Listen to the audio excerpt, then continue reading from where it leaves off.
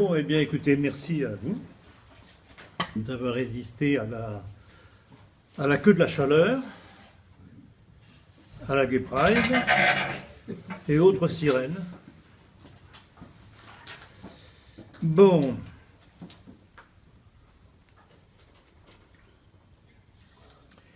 Donc, j'ai estimé qu'il serait bon de faire une conférence sur le thème stratégie et dialectique, parce qu'en fait, on se rend compte qu'à travers l'histoire de France, si nos ennemis ont toujours gagné, c'est parce qu'ils ont su mieux agir stratégiquement et par leur dialectique par rapport à ceux qui, en principe, s'opposaient à eux. Je dis bien en principe.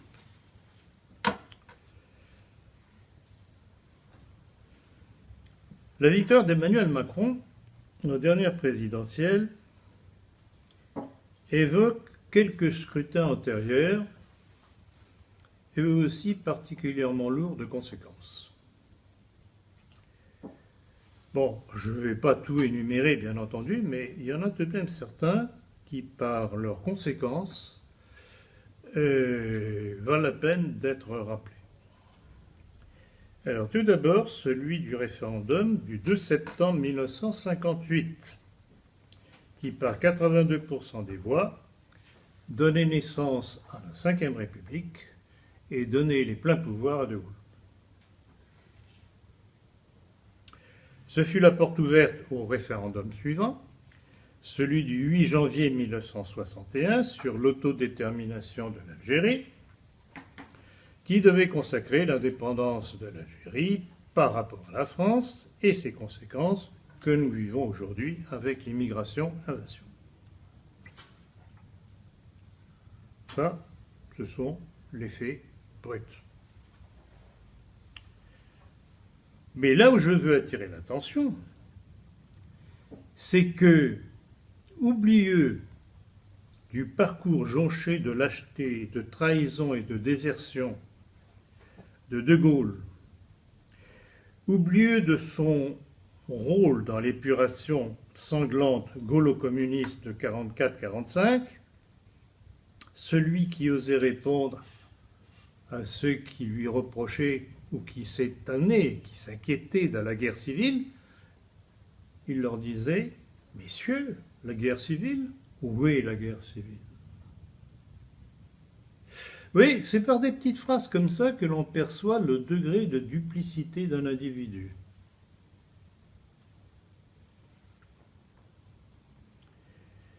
Et il faut aussi rappeler que l'ancien grand maître du Grand Orient, Fred Zeller, rendant hommage dans Europe Parlement au dit général de Gaulle, rappelait son mot à la Libération, c'est de Gaulle qui dit ça, « Je vais redonner la République à la France, il n'y a aucune raison que je ne lui redonne pas aussi la maçonnerie. » Élémentaire, c'est la même chose.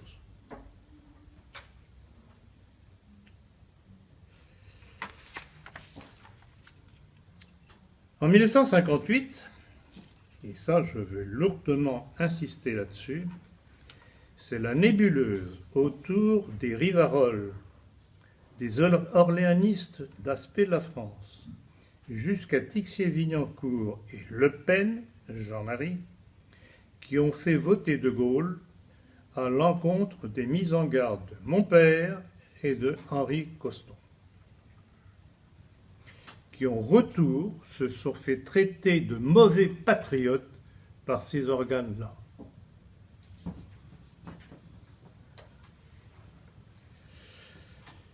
Ainsi, ces gens-là ouvraient par leur aveuglement ou leur connivence ce qui allait découler de leur appui à De Gaulle, l'immigration-invasion, utilisée, comme vous le savez, par le mondialisme messianique, comme arme de subversion et de destruction des nations, que ces mêmes milieux prétendent toujours combattre.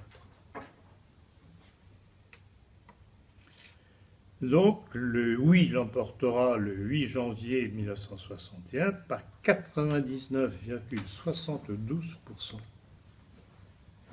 des suffrages exprimés et De Gaulle pouvait déclarer le 3 juillet 1962 la reconnaissance de l'indépendance de l'Algérie par la France.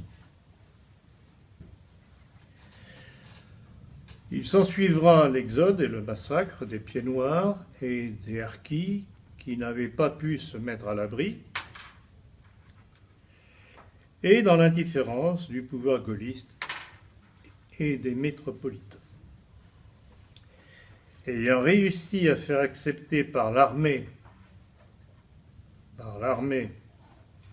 son alliance avec le FLN, l'autre ignominie de De Gaulle sera de livrer les Harkis.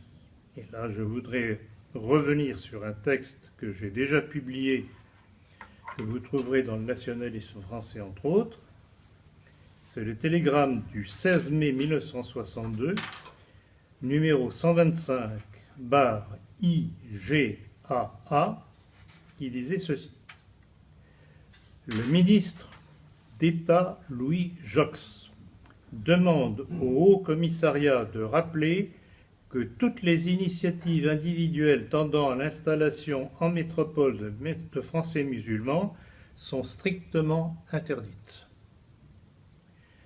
Une nouvelle directive de Joxe du 15 juin 1962 enjoignait « Vous voudrez bien rechercher, tant dans l'armée que dans l'administration, les promoteurs et les complices de ces entreprises de rapatriement et de faire prendre les mesures, les sanctions nécessaires.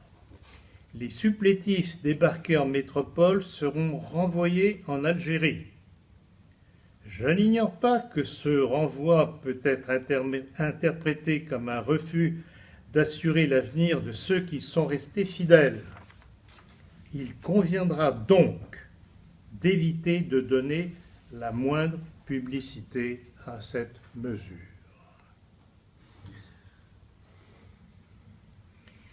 Même Alain Rollat, journaliste au Monde, scandalisé, reconnaissait. Dès le mois de juillet 1961, l'armée française commence à désarmer les Harkis. Leur désarmement avait été promis au FLN par les autorités françaises. Ils seront exécutés avec leurs femmes et leurs enfants. Ces massacres varient selon les sources de 30 000 à 150 000. Les Harkis et leurs familles ont été victimes d'atrocités en tout genre avant même la proclamation de l'indépendance, sans que les autorités françaises interviennent. Vous vous rendez compte, c'est même un journaliste de gauche du Monde qui est tout de même scandalisé par le crime de De Gaulle.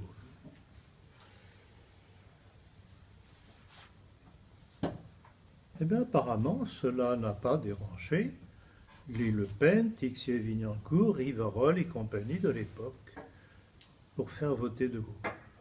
Est-ce que vous vous rendez compte de ce que cela veut dire sur l'honnêteté intellectuelle de ces gens-là qui osent encore faire semblant de combattre le système aujourd'hui?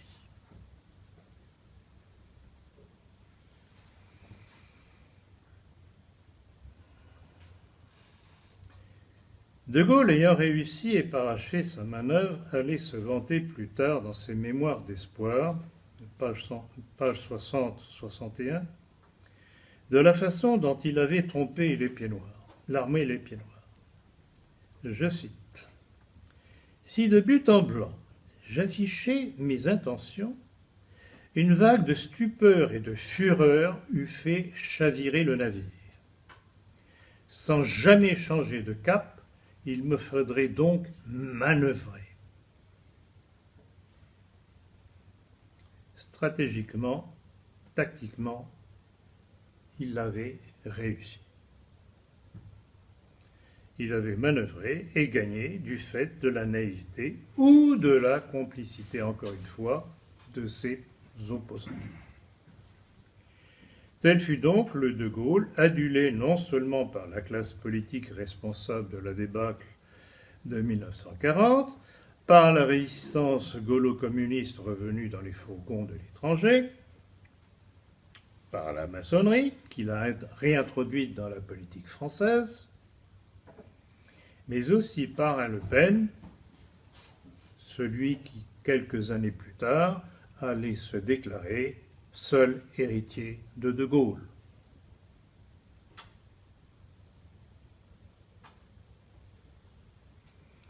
Et aujourd'hui, sa fille, qui à chacun de ses discours se proclame gaulliste, de même que les faux opposants tels que les François Asselineau, les Dupont-Aignan, les Jacques Cheminade, les Jean Lassalle, qui ont été si utiles pour faire passer Macron au second tour, voilà, tels sont les soi-disant opposants au système que l'on propose aux Français.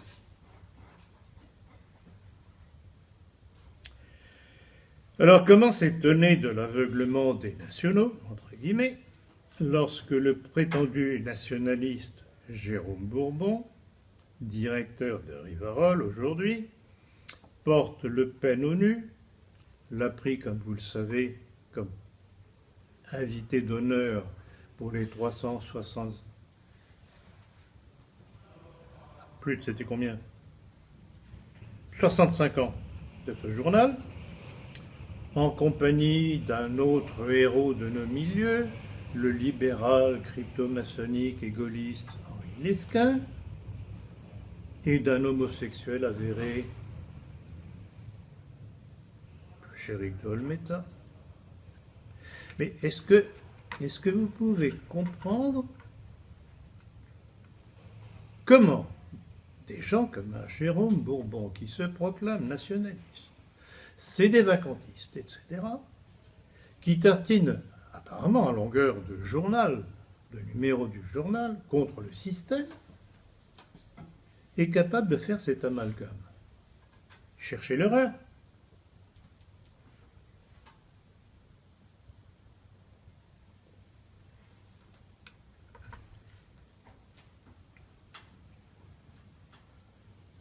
C'est tout de même curieux, cette filiation entre le Rivarol de l'époque, dirigé par René Maliavin, qui faisait voter De Gaulle, et le directeur actuel de Rivarol, qui successivement a fait voter Sarkozy en 2007 et 2012, 2007 et 2012, et qui s'est bien gardé de tenter de faire barrage à Macron en votant François Fillon au premier tour. Alors, question, ces gens sont-ils vraiment à ce point bornés, inintelligents, ou bien sont-ils stipendiés?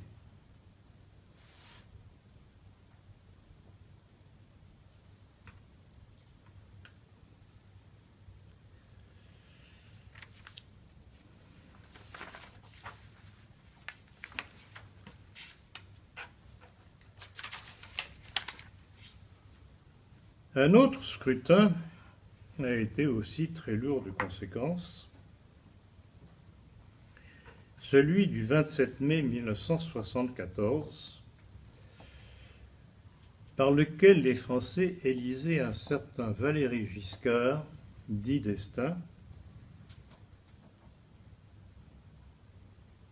Et c'est amusant parce que quand on compare par rapport à aujourd'hui, c'est la même faille. Ils ont voté Giscard pour avoir le changement. Rappelez-vous du terme. Le changement. Ah oui, ils l'ont eu, le changement. Effectivement, ce fut le début de la destruction de la famille par la loi sur l'avortement, par le biais d'une loi, et rappelez-vous ce texte que je cite de Simone Veil, se vantant que par le biais d'une loi, on peut faire évoluer la société. Ce qui devient légal devient licite, ce qui ne veut pas dire moral. Et puis rappelez-vous aussi, c'est du temps de Giscard, Chirac, que la fameuse loi scélérate dite Rothschild-Giscard a vu le jour, par laquelle désormais l'État français ne pouvait plus se financer par la Banque de France à taux zéro, mais était obligé de passer par les banques privées. Pas besoin de vous faire un petit dessin, je suppose. Rothschild était aux premières loges. Tel est donc, vous voyez, l'enchaînement des faits,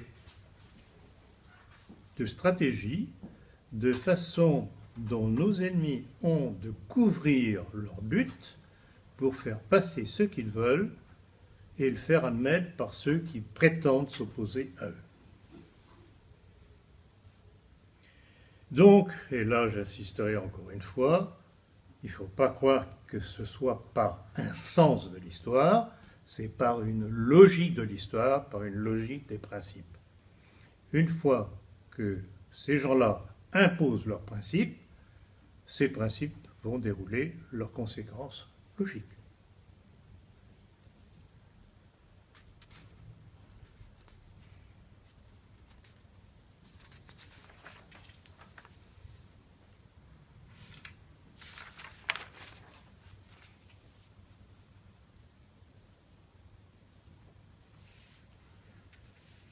Je regrette beaucoup, mais quand je constate ces agissements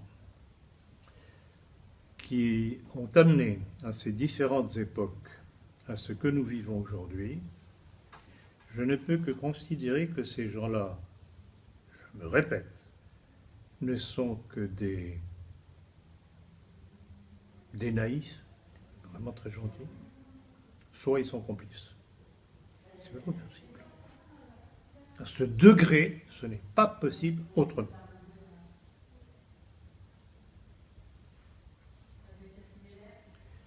Et rappelez-vous le terme de Guy Mollet parlant de la droite la plus bête du monde. Il y a des gens de gauche qui sont plus lucides que les gens de droite. Et la question que je me pose, est-ce que c'est la droite la plus bête du monde ou la droite la plus tenue du monde?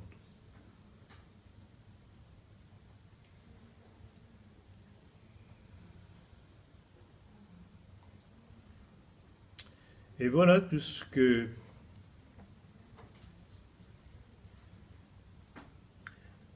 un nombre tout de même important de gens de nos milieux n'ont pas compris,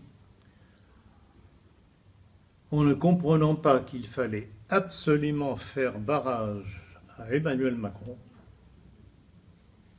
qui allait être, s'il était élu, un accélérateur de tout ce qu'on avait vu jusqu'à aujourd'hui. Et vous verrez, dans quelque temps, ces mêmes personnes viendront se lamenter des conséquences qu'ils ont voulues par leur bêtise et leur aveuglement.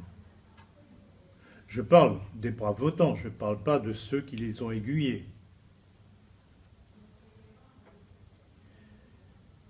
Voilà pourquoi, si au moins on veut tirer les leçons de ces dernières élections, il convient de dénoncer les erreurs du passé et les responsables qui nous ont amené ce que nous vivons aujourd'hui.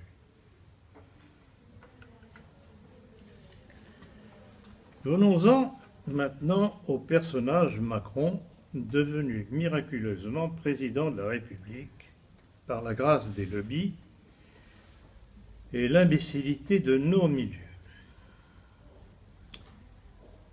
Les affrontements des présidentielles avaient déjà démontré que ce n'était pas le débat d'idées qui était recherché par le monde politico-médiatique, mais uniquement de détruire le seul candidat qui éventuellement pouvait faire barrage à l'arrivée du candidat de la haute finance apatride et du mondialisme.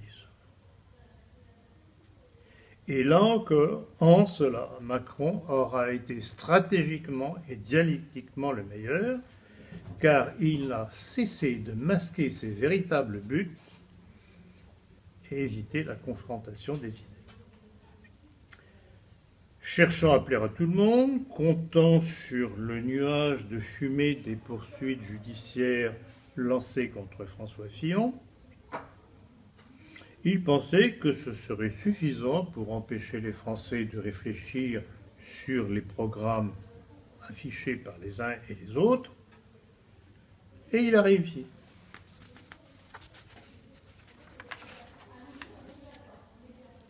Et en fait, c'est l'image d'un homme nouveau, jeune, dynamique, moderne, comme avec Giscard. Rappelez-vous, Giscard en pull, jouant de l'accordéon. Ah, mais c'était touchant, ça faisait populaire, ça faisait jeune. Donc on vous a vendu du jeunisme.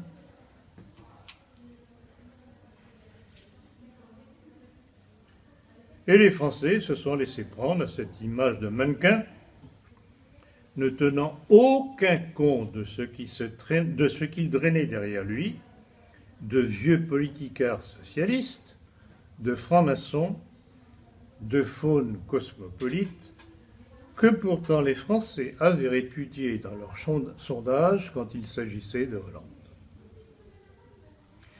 C'est hallucinant d'aveuglement. Absolument hallucinant. Y a-t-il une intelligence humaine?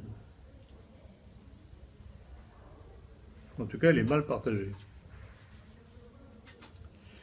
Ainsi, avec Macron, c'est l'art de paraître faire du neuf avec du vieux. Uniquement grâce à sa silhouette juvénile, à grands coups de tambour médiatique. Est-ce que vous vous rendez compte de ce degré d'abaissement de réflexion du peuple français? Bon, alors, tout de même, faisons une petite réserve. On en a parlé ce matin lors de l'entretien. C'est loin d'être une majorité qui a voté Macron. C'est évident. Quand on voit les chiffres, c'est une minorité d'une minorité. Mais qui a quand même été une majorité. C'est ça l'arithmétique démocratique.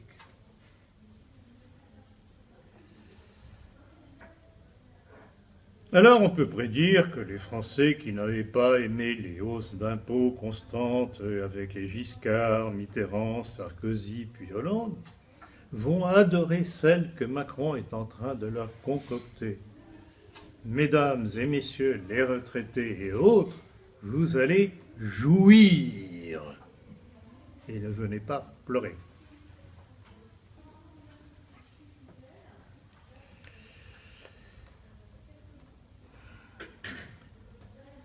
C'est incroyable parce que les Français tout de même commençaient à prendre peur de l'avalanche migratoire déclenchée par les Giscard, Chirac avec le regroupement familial. Vous allez vous en souvenir, je suppose. Puis par Sarkozy, et aggravée par Hollande, Valls et Cazeneuve, ils vont adorer l'aggravation de cette politique que Macron a promis à sa douce amie Angela Merkel.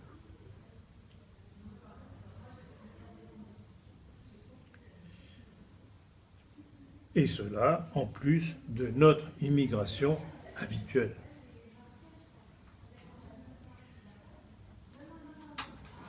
Et vraiment, plus je pense au déroulement de ces événements, plus je suis fasciné du peu de poids de la réflexion, de l'analyse stratégique de nos milieux, car l'élection d'Emmanuel Macron aurait été avant tout le triomphe de l'affectif sur le rationnel.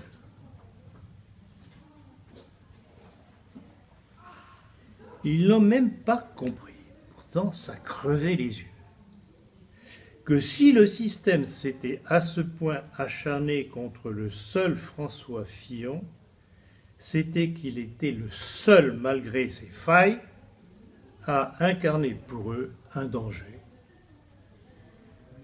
pour que Macron ne soit pas élu. Ainsi, plus que jamais, on constate que dans ce type de démocratie inorganique, ce n'est pas le rationnel qui prime et l'emporte, mais l'affectif, l'apparence. Pour vendre le Nespresso, vous le savez, la publicité fait appel à un certain George Clooney. Eh bien, de même, le mondialisme, devant l'échec évident des Hollande, Sarkozy et Juppé, a fait ce prodigieux rétablissement en vendant l'image du jeune premier Macron, pourtant issu du même sérail. Ils ont vendu une image, Macron, Nespresso. C'est fabuleux. Et rappelez-vous, combien de fois n'ai-je pas canonné là-dessus? C'est toute l'imagination perverse des promoteurs de la révolution dite française d'avoir imaginé ce système électoral donnant soi-disant la souveraineté au peuple par son petit bulletin de vote qui fait que qui tient l'information tient le vote du citoyen. C'est aussi élémentaire que cela. Et pourtant, il y en a combien qui le comprennent?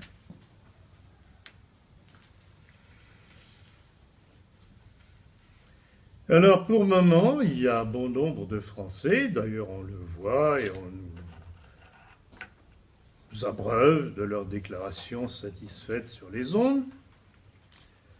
Pour le moment, ils sont cocus et contents.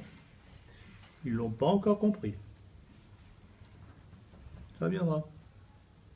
Ça viendra. N'est-ce pas le maréchal Pétain qui déjà, au lendemain d'un désastre, dont il n'était pas responsable, et dont il endossait le poids, avait lancé « Français, vous avez la mémoire courte ». Eh bien, vous voyez, les Français n'ont toujours pas récupéré la mémoire.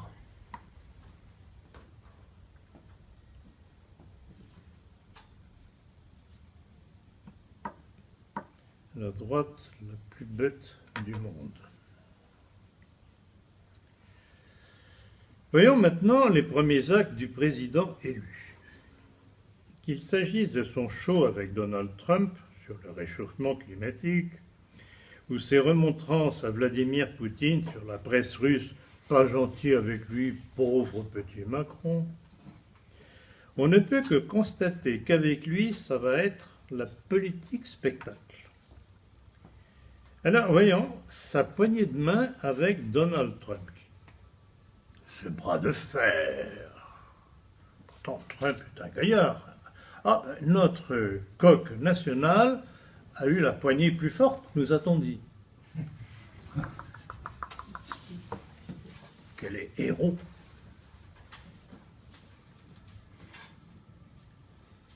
En tout cas, dans les deux cas, Emmanuel Macron aura donné l'image d'un jeune coquelet applaudi par les médias et le bon peuple.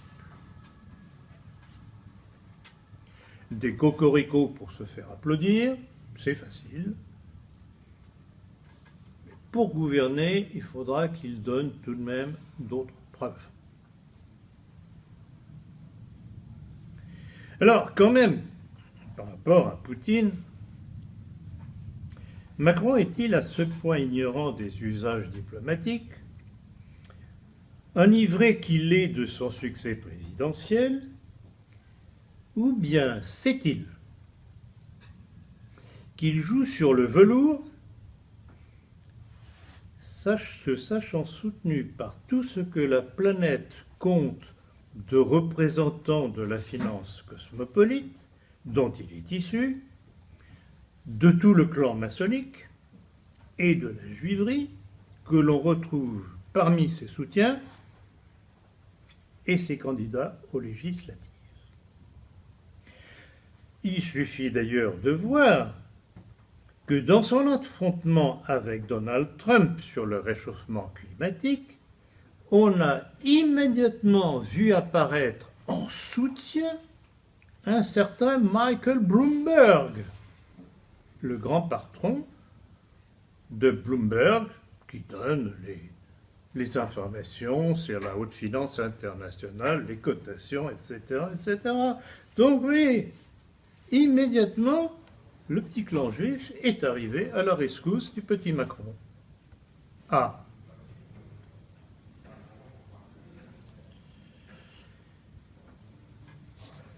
ce qu'il fallait démontrer.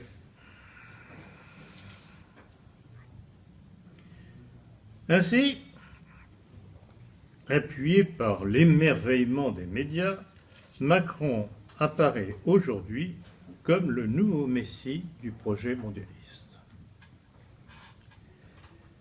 Et notamment dans l'affaire du réchauffement climatique, qui n'est qu'un masque et une étape, comme vous le savez. Quant à son numéro avec Vladimir Poutine, cherchant la provocation sans risque sur son terrain, ce n'est pas très élégant tout de même, sous les ordres de Louis XIV, il se prenait pour le maître du monde face à un Vladimir Poutine dont la physionomie, je ne sais pas si vous l'avez vu, moi je l'ai vu, c'était très révélateur. En gros, ça voulait dire, attends un petit peu mon petit, on en reparlera. D'ailleurs, c'est ce qu'il allait faire 48 heures plus tard, dans un entretien au Figaro, où il recadrait calmement, poliment, le petit Macron. Mais le problème, c'est qu'au vu de population, l'opération Macron avait été payante et il apparaît comme un chef d'État qui s'impose sur le plan international et national, bien entendu. Applaudissez le héros.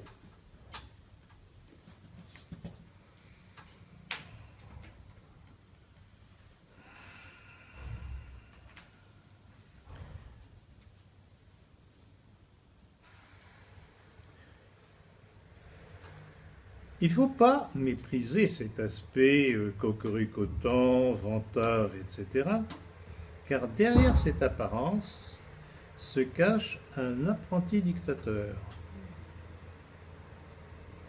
Et vous allez comprendre pourquoi je dis ça. Jusqu'ici, il a réussi à verrouiller l'information sur sa vie privée. C'est tout de même assez extraordinaire. Sur sa fortune. Sur ses déclarations d'impôts. Très particulier. Or là, motus. On parle de tout le monde, même dans ses rangs, quand même, mais pas de lui.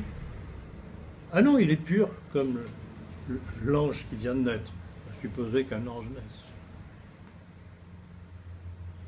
C'est remarquable. Et tout le monde trouve ça normal.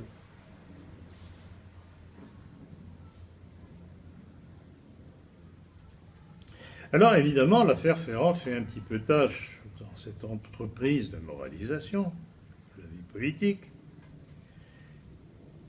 Mais il est évident que Macron, c'est difficile pour lui de ne pas soutenir son ami Ferrand, je dirais pas par reconnaissance, parce que tout de même il a été l'artisan stratégique de sa victoire, mais aussi et surtout parce qu'il en sait beaucoup sur tous les soutiens de Macron, économiques, politiques et autres.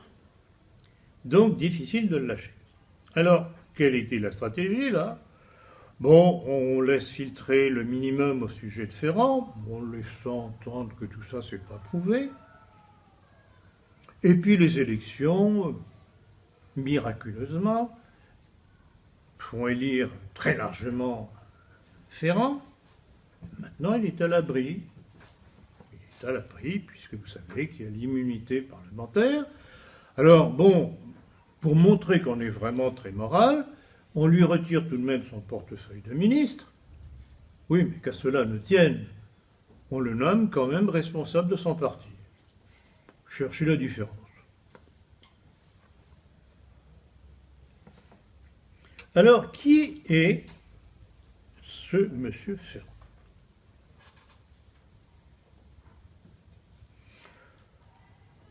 Bon, rapidement, brossons le tableau. C'est un monsieur qui était le directeur de la mutuelle de Bretagne,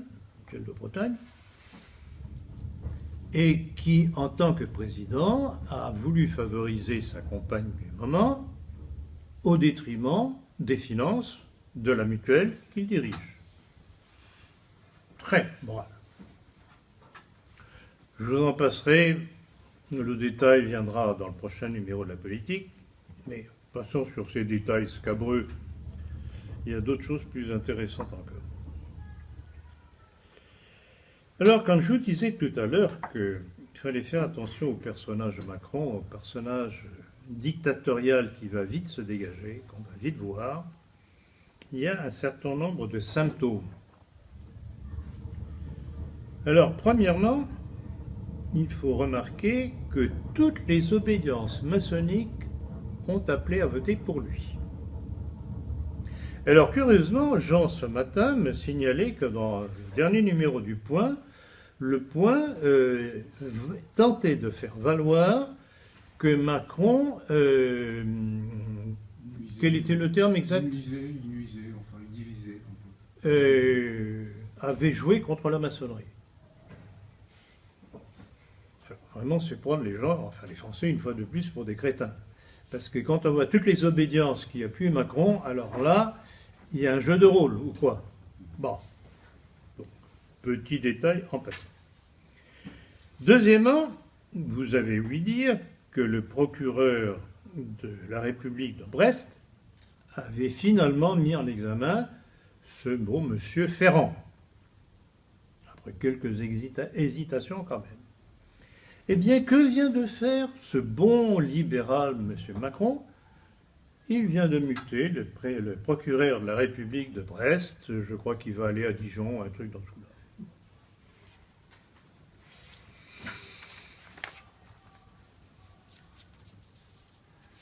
Donc voilà. Voilà comment commence à gouverner un certain Emmanuel Macron. Et franchement, on peut dire que plus c'est gros, plus ça passe.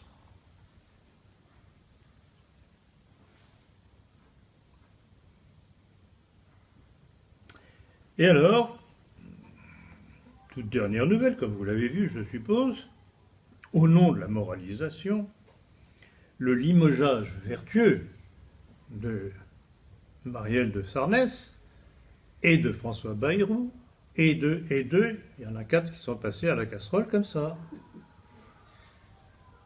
Alors, je dirais, bon, je ne vais pas pleurer, évidemment, sur Bayrou et compagnie. C'est très moral, ça. Alors là, c'est une morale dans l'histoire, c'est bien ça. Mais enfin, vous avouerez quand même que je ne sais pas comment va réagir Bayrou. À sa place, j'aimerais pas beaucoup. Pas plutôt élu par cette espèce de crétin qui lui a fourni les 4-5% nécessaires avec les autres, Asselineau et compagnie que j'ai cités. Merci mon ami, tu m'as bien servi. Maintenant tu dégages. C'est magnifique ça. C'est beau la démocratie, non? Vous n'êtes pas convaincu? Quant à Marielle de Sarnez,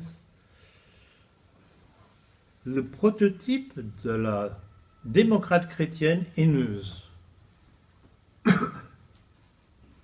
J'avoue que ça fait plaisir de voir ces gens-là dégagés.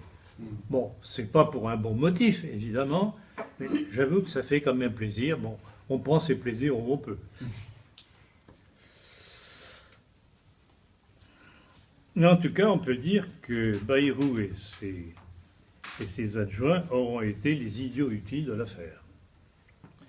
Et il y en a à chaque époque de notre histoire, chaque époque de l'histoire en général, c'est une donnée de l'histoire, et c'est ça qui fait l'histoire. C'est par les idiots utiles que les intrigants progressent et s'imposent. Je ne sais pas si vous vous rappelez, bon, je fais un petit peu du coq à l'âne, mais sous la Révolution ou l'avant-Révolution, rappelez-vous cette malheureuse Marie-Antoinette, la lettre que j'ai citée à plusieurs reprises à sa sœur, parlant de la maçonnerie, mais non, c'est pas dangereux, etc., etc. J'y reviendrai, ne vous en faites pas, j'y reviendrai très prochainement. Et puis ce brave Philippe Égalité, grand maître du Grand Orient, disant « Je m'en vais, je ne veux plus être grand maître de la maçonnerie, du Grand Orient parce que je ne sais pas ce qui s'y passe. Gros malin. 3 mois plus tard, il était à son tour raccourci. Les idiots utiles. Mais c'est magnifique. Mais là encore, il y a une morale. Ils payent leur bêtise, pour ne pas dire un autre mot.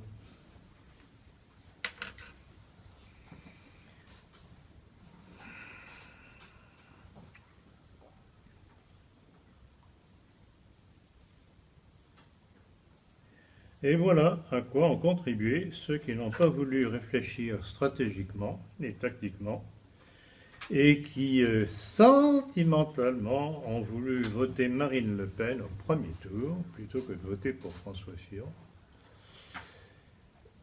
et ne tenant aucun compte de ces déclarations répétées, gaullistes et ceci et cela, applavant devant le politiquement correct, obnubilés de façon obsessionnelle par la dédiabolisation.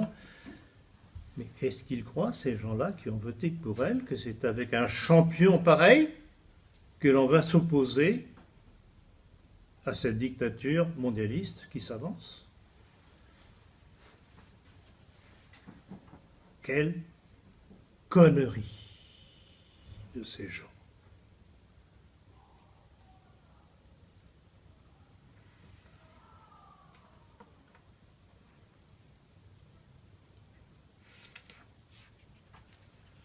Or, je voudrais tout de même faire une petite parenthèse sur la moralisation, parce que si on voulait être sérieux à ce sujet-là, la première moralisation qu'il faudrait exiger, c'est que chaque candidat, à quelque niveau que ce soit, fasse une déclaration honnête de ses avoirs, de sa déclaration d'impôt et des appuis qu'il reçoit, politiques et financiers. Or, il n'en est pas question dans cette pseudo-loi de moralisation. Donc, vous voyez, tout ça, c'est de l'ébrouf, c'est du vent, pour impressionner les crétins. Et après tout, s'ils sont que cocus, ils aiment ça, ben, il n'y a qu'à continuer. Alors, une chose aussi, vraiment, c'est amusant de pêcher les petites perles par-ci par-là au gré des actualités. Cette déclaration de Nicolas Sarkozy dans le Canard enchaîné du 7 juin dernier, je ne sais pas si vous l'avez vu, j'ai apprécié vraiment. Ce Nicolas Sarkozy, que vous savez, j'adore particulièrement, d'où le petit livre que je lui ai consacré, disant, très modestement, Emmanuel Macron, c'est moi, mais en mieux. Écoutez, c'est pas joli ça. Non seulement c'est joli, mais c'est révélateur. Parce que si Macron, c'est Sarkozy en mieux, alors bonjour les dégâts.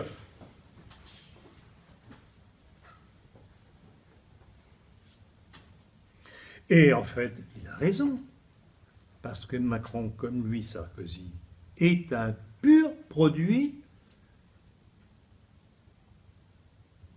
de la fabrication d'élites par les Américains. J'en ai déjà parlé, c'était à propos notamment de George Soros.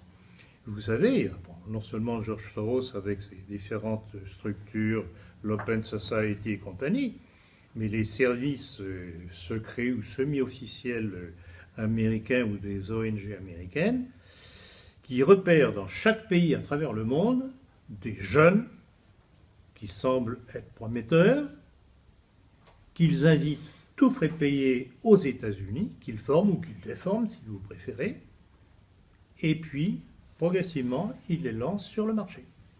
Et c'est comme ça qu'on voit apparaître brusquement qui un Giscard, qui un Sarkozy, qui un Giscard, qui un Sarkozy, qui un Macron.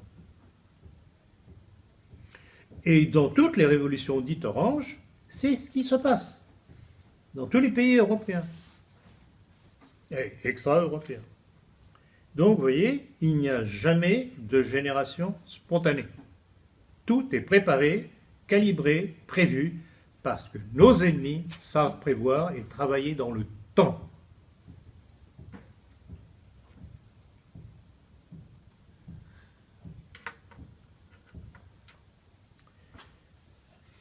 Alors, on va voir on va avoir très rapidement une idée de la façon dont Emmanuel Macron va gouverner.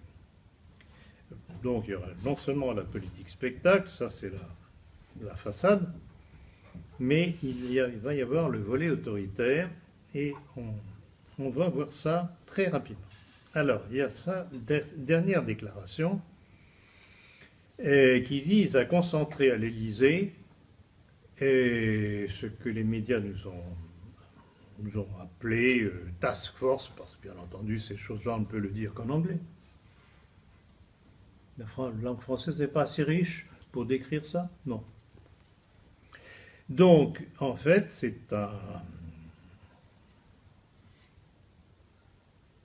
une réunion des différents services de renseignement français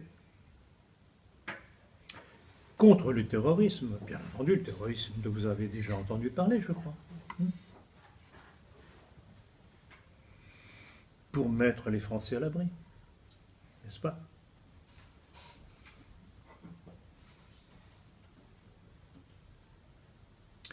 Alors, ce qui est intéressant, c'est que, bon, premièrement, on croyait qu'à travers la loi sur le renseignement, qu'à travers l'état d'urgence, que les prédécesseurs de M. Macron, dont il était quand même, puisqu'il était ministre, avaient réussi à faire fusionner et à entendre entre eux les différents services de renseignement français.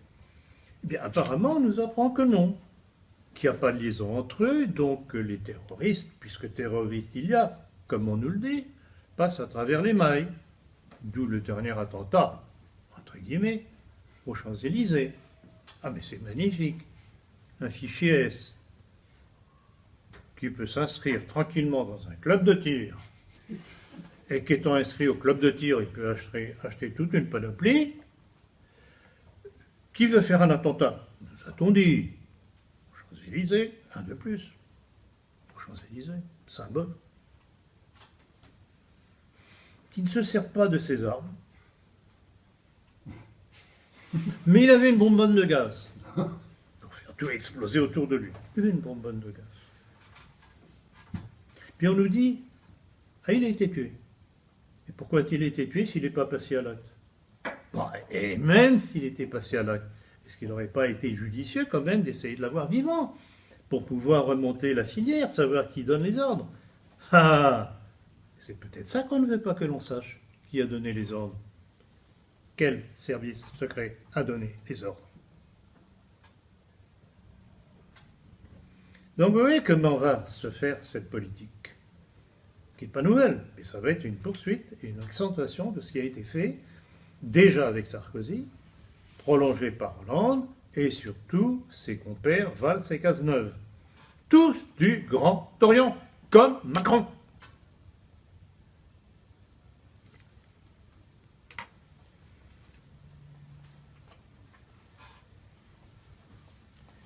Or, vous voyez cette duplicité de Macron, dans le même temps où il fait semblant de rassembler dans sa poigne ferme tous les services de renseignement français pour mettre ces bons et braves petits Français à l'abri du terrorisme, il nomme à la tête de la DGSE, Direction Générale de la Sécurité Extérieure, un certain Bernard Hémier.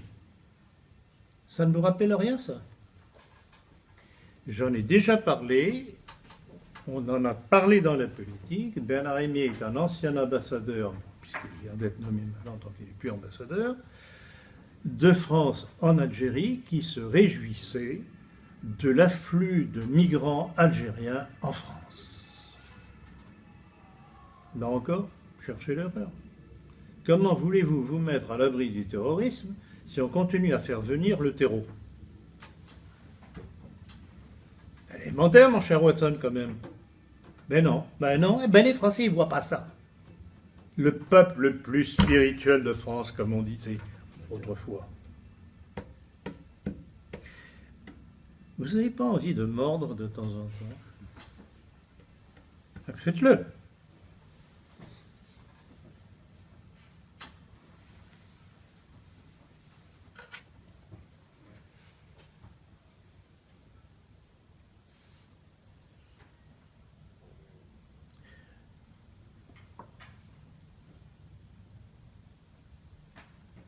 Autre élément d'appréciation,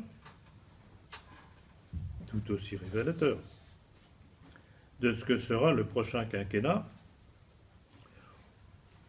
qui ne départ pas des précédents. C'est cette annonce selon laquelle le nouveau ministre de l'Intérieur, Gérard Collomb, vous avez besoin de savoir qui c'est? Socialiste, ancien maire de Lyon, homosexuel en passant. Il est peut-être à la Gay Pride aujourd'hui, non?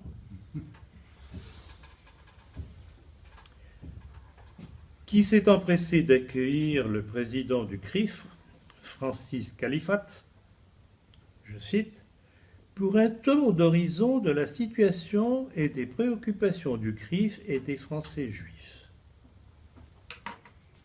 Ben, c'est tout à fait normal. Dans cette République, c'est ça qui compte.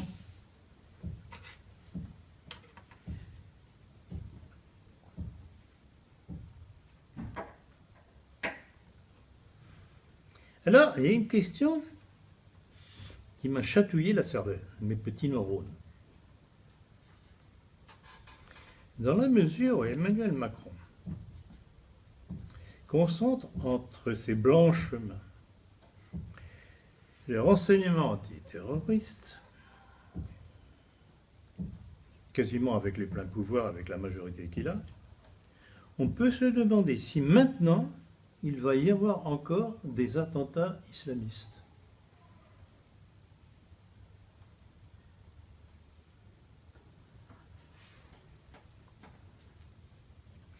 Ben, c'est tout de même curieux, là je vais tout de même revenir un petit peu en arrière, de l'affaire Mera à celle de Charlie Hebdo, de l'hypercacher, de celui du Stade de France, du Bataclan, du carnage de Nice, et dernier en date, enfin avant-dernier en date, celui plein de signification et récupération idéologique des Champs-Élysées, qui allait permettre la glorification d'un candidat franc-maçon homosexuel et partisan de l'immigration. Rappelez-vous tout le tintamarre qui a été fait. Donc, si on se remémore tous ces événements, il serait tout de même bon de se poser la question: à qui ces crimes ont-ils profité? À l'islam? Ben, où est l'intérêt de l'islam, qui est désigné comme l'ennemi public numéro 1? Ça ne profite qu'à la tendance sioniste qui cherche à ramener tout ce qu'il y a de Français catholiques ou pas catholiques dans les bras d'Israël. C'est élémentaire, c'est visible. Et on en a parlé ce matin dans l'entretien à propos du dernier truc de Conversano, qui fait toute une campagne. Bon, peut-être que je donne trop d'importance à cet individu, d'autant qu'il est en nette perte de vitesse, mais enfin, il impressionne encore quelques jeunes, et si j'en parle, c'est justement pour mettre en garde les jeunes qui ne s'embarquent pas dans ce genre de galère. Le travail de Conversano est sous prétexte, il se proclame nationaliste en plus de ça, sous prétexte de combat nationaliste, faire croire, et alors je crois que j'ai cité là, où je ne l'ai pas cité, mais je vais vous le dire de mémoire, il prône qu'il faut avoir un Israël blanc pour sauver la France.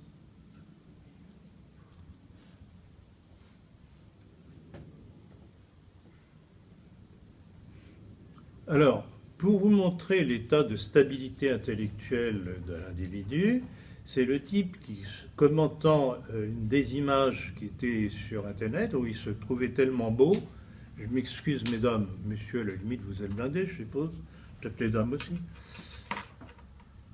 disant, je me suis trouvé tellement beau que j'étais prêt à me baiser. La vérité, c'est quoi dans la figure, franchement. Non mais est-ce que vous réalisez, et ce sont ce genre d'individus qui impressionnent nos milieux. Il y a une jeune femme qui est apparue brusquement il y a quelques mois dans le firmament d'Internet, etc. Elle avait fait quelques vidéos qui n'étaient pas inintéressantes, je l'avais trouvé très bien, j'avais pris contact avec elle, elle était enchantée, etc. Et puis, j'avais appris qu'il avait été interviewé par le conversano en question, parce que ça, c'est la grande technique de ce genre d'individus, c'est essayer d'attirer des gens par le biais des entretiens qu'ils leur promettent pour les faire connaître. Mais moyennant quoi, eux-mêmes se font connaître. Donc, c'est la parfaite duplicité. Eh bien, si je fais allusion à cette jeune Virginie Votin, c'est parce que voilà un élément qui avait tout de même, qui était prometteuse, et qui, par ignorance du personnage, est tombé dans le piège. Alors, certains me disent, il ne faut pas parler de ces gens-là, ils ne représentent rien, vous leur faites de la publicité. Oui et non. Je dis oui, c'est vrai, mais d'un autre côté, si ça peut aider une ou deux ou trois personnes à ne pas tomber dans le piège, j'estime que ça vaut tout de même la peine de dénoncer le problème. Pourquoi riez-vous bêtement de mon fourchage de langue de Le Pen? C'est peut-être un lapsus révélateur. Bon.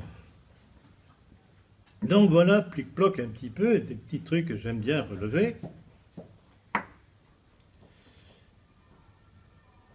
Et en tout cas, il faut revenir là-dessus, marteler cela, en tout cas autour de vous. Caractéristique commune de tous ces attentats, c'est que l'on retrouve immédiatement leur identité. Ah, c'est magnifique. Et qu'ils sont immédiatement liquidés. Alors, si ça ne nous interpelle pas, alors je regrette beaucoup, j'ai perdu mon temps.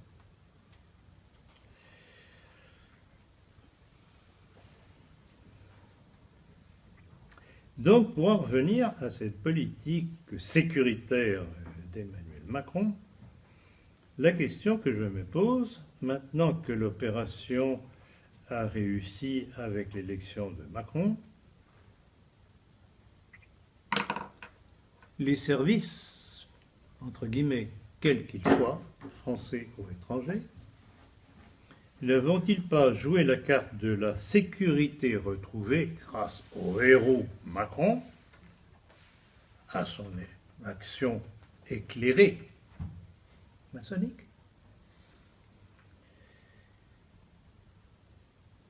Et est-ce que les fantoches islamiques drogués ne seront-ils pas remis dans les cartons des services? Jusqu'à une prochaine occasion.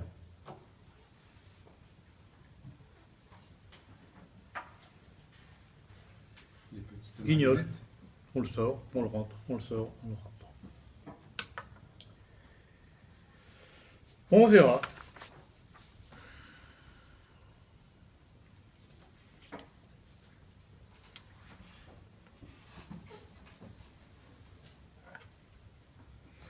Alors, il est évident, bon, j'ai fait allusion au dernier attentat sur les Champs-Élysées, et on pourrait me répondre, bon, écoutez, c'est un petit peu tiré par les cheveux votre hypothèse que maintenant il n'y aura plus d'attentats, puisqu'il vient d'y en avoir un.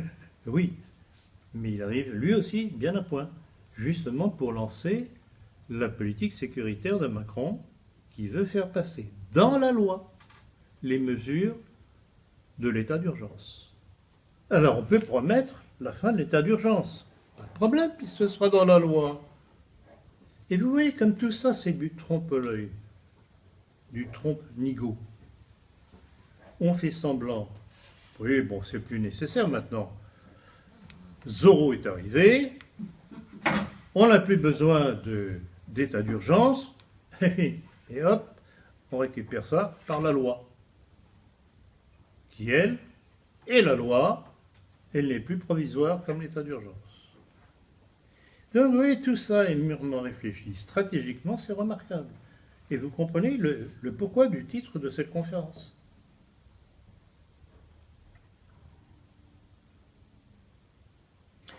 Et alors, on pourrait se dire, bon, à la limite, c'est tourné contre le terrorisme, oui, pourquoi pas, si ça peut nous protéger. Oui. Mais il faut voir aussi les à côté. C'est que ça peut servir à tout. Ça peut servir à... et sans contrôle de juge, sans le moindre contrôle d'un juge. déjà qu'on peut avoir des doutes sur les juges, mais même sans contrôle des juges. Ça peut permettre de procéder à des perquisitions, d'assigner à résidence, mais aussi de fermer des sites internet, d'interdire des manifestations et de dissoudre des associations. Et on en a eu un tout dernièrement avec l'affaire de l'école L'Angélus, qui est une école traditionnaliste, où du jour au lendemain, sous prétexte que c'était une école où il se passait des choses pas bien sur le plan moral, eh bien, voilà, du jour au lendemain, le préfet décide, on ferme. Et la présomption d'innocence. Et un juge a-t-il été mis sur l'affaire pour juger avant de prendre qu'une décision soit prise? Que non. Mais là où ça devient révélateur, et que j'ai découvert, c'est dans le Berry républicain du 8 juin, qui dit oui, mais c'est parce que cette école n'était pas une garantie, ou plutôt, cette école endoctrinait les enfants. Ah bon? La République n'endoctrine pas les enfants dans ces écoles. Non, bien sûr. Et puis, dans certains de ces manuels d'histoire, c'était l'apologie du maréchal Pétain, comme quoi Pétain aurait sauvé la France. Voilà le fond de l'affaire. C'est pas une histoire d'attouchement homosexuel, comme on voudrait essayer de le faire comprendre. C'est une histoire politique. Donc voilà où cette petite loi va servir, et sans même qu'un juge intervienne. On est en train de rentrer en pleine dictature. Essayez de faire comprendre ça autour de vous.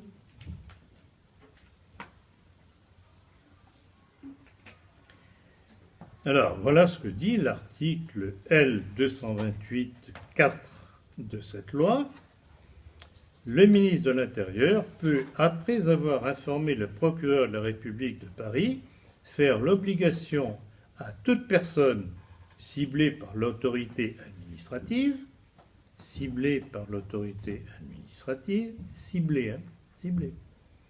de déclarer ses identifiants de tout moyen de communication électronique dont elle dispose ou qu'elle utilise, ainsi que tout changement d'identifiant ou de tout nouvel identifiant. Alors bon, au-delà du jargon, ça veut dire quoi? Ça veut dire que votre ordinateur et votre téléphone portable seront surveillés, tout ce que vous pourrez écrire ou échanger sur Internet sera connu, et que brusquement vous aurez une perquisition qui vous tombera sur le nez, à 6 heures du matin. Ainsi, sous prétexte d'antiterrorisme, qui que vous soyez, où que vous soyez, Big Brother sera là. Et c'est exactement le copier-coller de ce qu'avait fait George W. Bush quand il avait créé le Patriot Act. Alors, ils ont aussi le sens des formules, il faut le reconnaître, pour faire passer un truc qui est tout sauf patriotique pour le bien de leurs nationaux. Ils créent un terme patriotique pour faire passer la sauce. Or, ce Patriot Act, c'était quoi? C'était encore une fois sous prétexte de surveiller les menées islamiques aux États-Unis, de surveiller tous les citoyens américains. Nous sommes donc dans un État policier et partout dans ce qu'on appelle le monde libre. Et alors, ça va à tel point que c'est tout de même intéressant de voir, bon, pas une haute idée de ces gens-là, mais la menace pour nos libertés semble telle que même l'Union syndicale des magistrats vient de publier un communiqué de presse dans lequel il dénonce la mise en place d'un État policier. C'est pas moi, c'est pas nous qui le disons, ce sont des magistrats qui en général sont tout de même plutôt à gauche. Soulignant l'absence de tout contrôle par les juges, avec cet attendu, dans un État démocratique, sortir de l'état d'urgence ne signifie pas introduire dans le droit commun des mesures d'exception et exclure le contrôle de l'autorité judiciaire. Et même la Ligue des droits de l'homme, s'inquiète de ces dérives, je cite, « Loin de ne concerner que les actes terroristes, il s'appliquera indifféremment à une large gamme de délits. Chacun pourrait alors être victime de cet arbitraire. Aujourd'hui, déjà, nous voyons des dispositions inscrites dans l'état d'urgence utilisées contre des militants associatifs, syndicaux ou politiques. »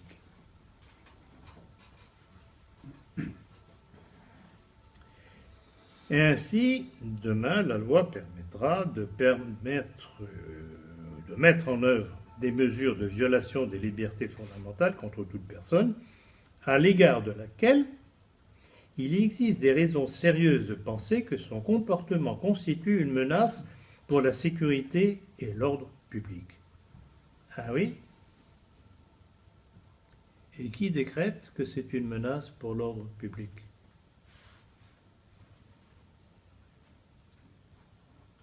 Sinon le pouvoir et ses maillons.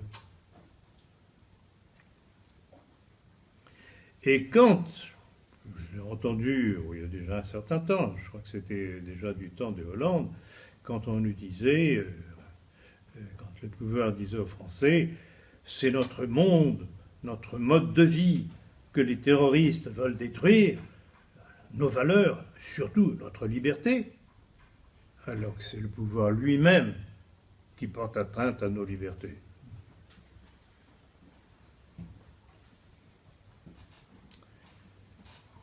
Bon, je voudrais, avant de terminer cet exposé, revenir tout de même sur le deuxième tour des élections, parce que c'est tout de même plein d'enseignements. Tout d'abord, un taux d'abstention absolument record. On nous a parlé de 57, voire 60%, ça dépasse, parce qu'on n'a pas comptabilisé les votes blancs et les votes nuls. Donc vous vous rendez compte, ça veut dire que moins de 30%, qu'une majorité de moins de 30% ont voté pour le parti de M. Emmanuel Macron. Alors, je voudrais qu'on me dise comment, avec une majorité pareille, on peut parler de régime représentatif. C'est hallucinant. Nous allons être dirigés dictatorialement par une minorité d'une minorité qui est devenue majorité. C'est fabuleux.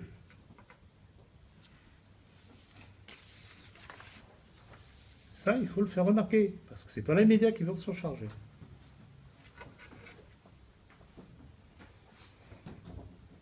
Et quand je pense qu'on ose nous parler de démocratie représentative, il ne faut pas rigoler quand même. Et cela, bon, il y a tout de même une morale dans l'histoire, cela n'a même pas servi au Front National, dont les 13% par rapport aux 33,90% 33,90% des présidentielles démontrent la chute vertigineuse du Front National. De 31 à 13%. Vous vous rendez compte ce que cela représente? Mais alors là aussi, il est intéressant de regarder de plus près les résultats des élections législatives. N'est-il pas étrange que le Front National, en dépit de cet effondrement, envoie des législatives par rapport aux présidentielles ait réussi à avoir 8 députés au lieu de 2? Il y a un problème mathématique que je ne pige pas là. N'est-il pas étrange aussi que ce soit les éléments les plus sionistes de l'équipe Marine Le Pen, de son compagnon juif Louis Alliot au franc-maçon Gilbert Collard, qui, bien qu'en ballotage défavorable, ait été élu. Pas étrange, ça? Et notamment en ce qui concerne Collard, je crois que c'était avec une différence, j'ai le chiffre là, de 23 voix de différence. 23 voix de différence. Et personne n'a trouvé ça anormal. Son opposante, qui était du parti de M. Macron, n'a pas demandé un recomptage. Ah, comme c'est curieux. Oh, c'est gentil pour M. Collard.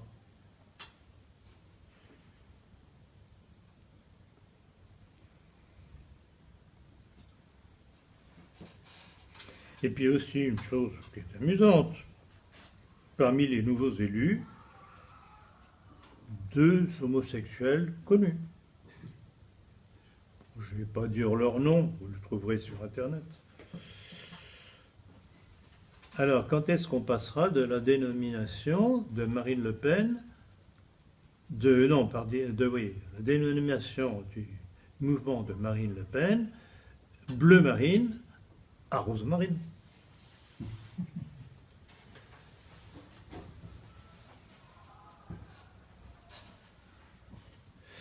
Je pense franchement que les électeurs de Marine Le Pen et du Front National sont de braves gens. Mais qu'il me permette de leur dire qu'ils sont tout de même quelque peu naïfs, sinon bornés.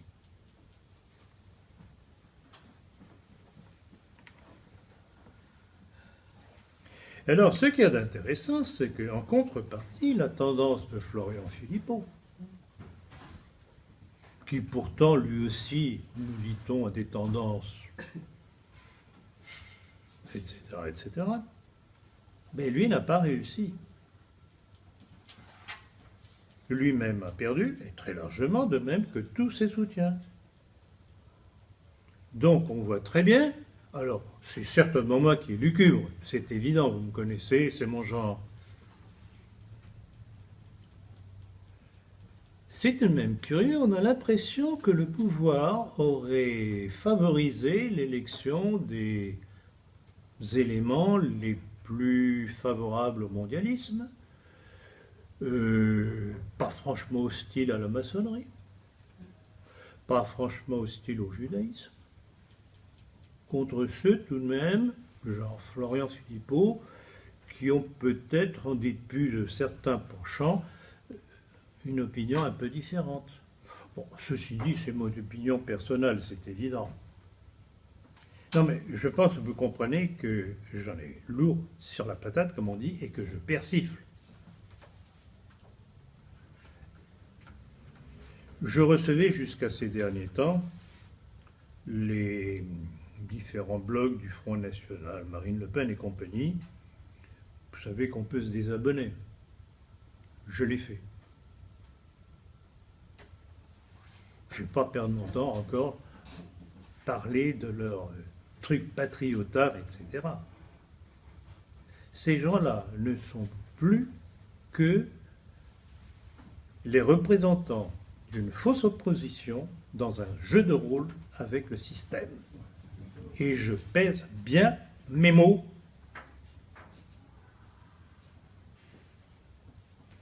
Est-ce que maître Gilbert Collard n'accepterait pas un débat avec moi? Ne serait-ce que sur la maçonnerie ou sur le judaïsme en France.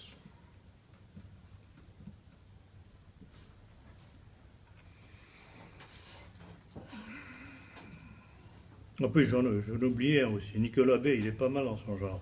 Vous savez, c'est le gamin là qui est parti en Israël pour essayer d'organiser un voyage de Marine Le Pen en Israël. Un voyage qui devait être discret et sinon secret. Heureusement, il y a toujours des fuites. Comme quoi, ces malheureux électeurs du Front National auront tout de même eu droit à ça, mais apparemment ça ne les a pas impressionnés, puisque Nicolas B a été quand même réélu. Tant mieux pour lui.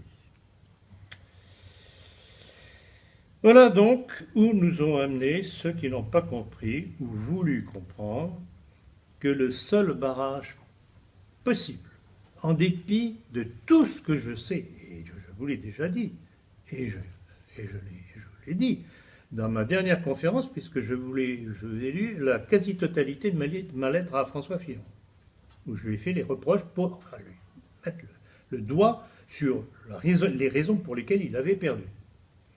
En dépit de tout ce que je savais déjà sur lui, c'était le seul qui pouvait nous éviter l'étape Macron et l'accélération de l'histoire que nous allons avoir. Et je voudrais vous citer ce texte de George Orwell. Un peuple qui élit des corrompus, des renégats, des imposteurs, des voleurs et des traîtres n'est pas victime, il est complice. Comme quoi, dans cette démocratie inorganique, ce sont toujours les plus bornés, les plus bêtes, les moins instruits de la chose politique, ou les plus vendus, qui donnent la victoire aux ennemis de la nation. Merci de votre attention.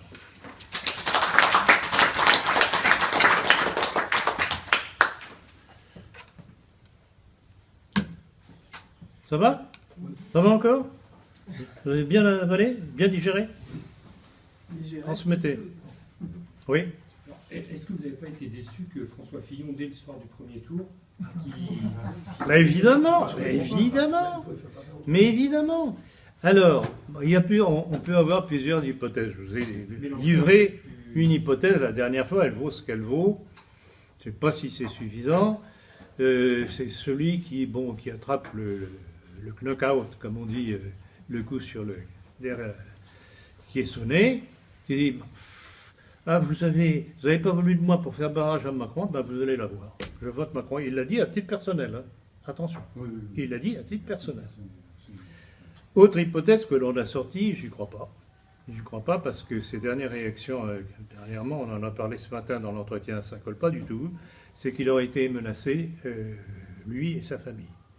Et donc on lui aurait dit, en échange, tu dis votez Macron et on te fout la paix. Oui, je pense qu'il était tenu par d'autres affaires, d'autres révélations. Je ne pense pas, sinon il ne réagirait pas comme il l'a fait dernièrement. Alors en résumé, ce qu'il a dit tout dernièrement, c'est dans le JDD de dimanche dernier. Il est interviewé par le journal du dimanche. Et il commence en disant « Un jour je parlerai ». Ce qui ne semble pas indiquer que quelqu'un est menacé ou laisse tomber.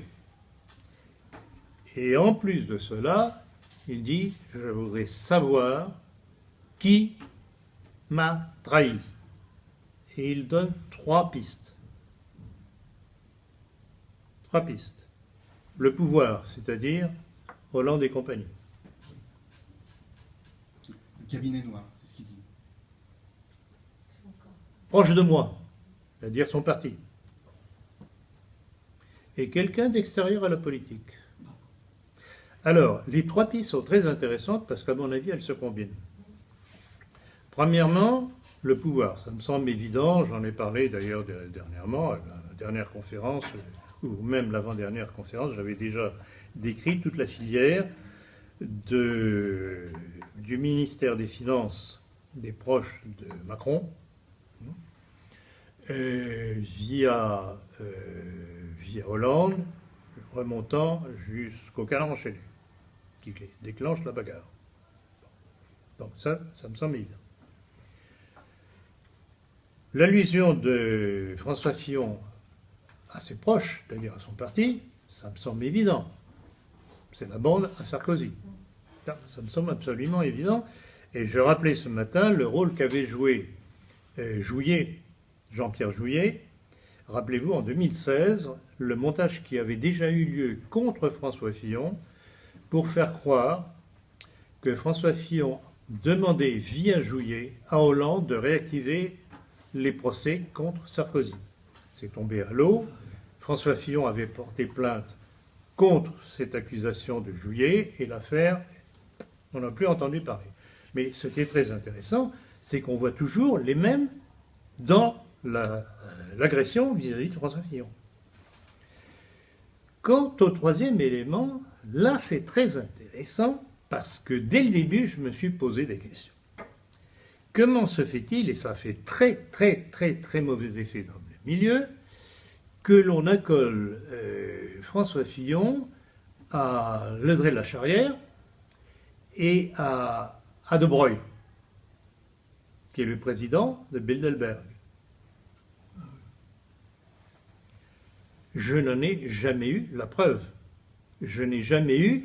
Alors là, c'est là que ça me dérange par rapport à François Fillon, c'est que, ou bien c'est vrai, on peut comprendre qu'il n'ose pas trop en faire état, ou bien c'est faux, il aurait dit, c'est faux.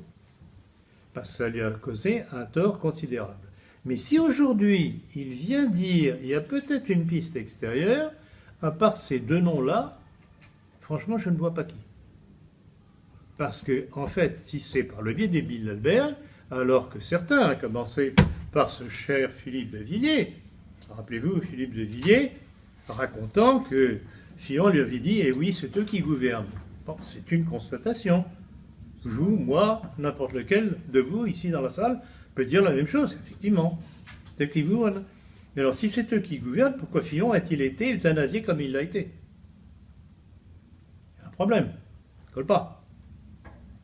Donc, ce qu'il y a d'intéressant dans cet entretien de Fillon, au journal du dimanche, ça veut dire que il n'a pas lâché le manche et qu'il va se passer des choses. Alors on va voir, j'espère en tout cas que, expérience aidant, il aura compris un certain nombre de choses. Il a reçu, je suppose, ma lettre, puisqu'elle n'était pas recommandée, j'ai reçu l'accusé de réception. On verra la suite, mais en tout cas, c'était une situation, je dirais intéressante, mais bigrement périlleuse. Voilà, alors pour répondre à votre question, c'est un point d'interrogation. On verra la suite. C'est un point d'interrogation. Il aurait pu s'abstenir, comme a fait Mélenchon. Oui, parlez plus haut, parce qu'on nous reproche très souvent que les intervenants ne parlent pas assez haut quand ils posent des questions. Je pense qu'il s'y serait abstenu comme Mélenchon, c'était plus glorieux. Mais évidemment, il n'avait même pas besoin de s'abstenir de toute façon, mais surtout, ce qu'il aurait dû faire, c'est mettre des doutes sur la véracité du scrutin.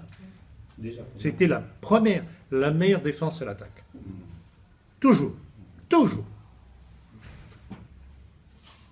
Toujours. Oui, mais ça faisait beaucoup d'affaires.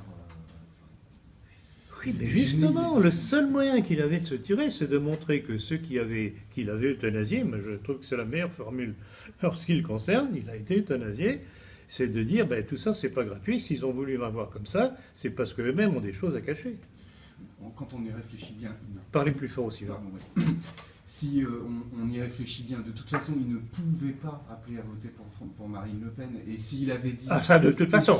Et s'il avait dit, je ne donne pas de consigne de vote... Exactement. Eh ben, c'était la même chose, c'était une... J'allais oublier dans ma réponse à votre question, il y avait cet élément-là aussi que je voulais dire, c'était que, compte tenu de la façon ignoble dont Marine Le Pen s'était comportée vis-à-vis de lui, en relayant toutes les attaques des médias, il n'allait pas dire, écoutez, votez Marine Le Pen. Alors ceux qui lui reprochent de ne pas avoir dit Marine Le Pen, moi je leur dis, il a eu raison.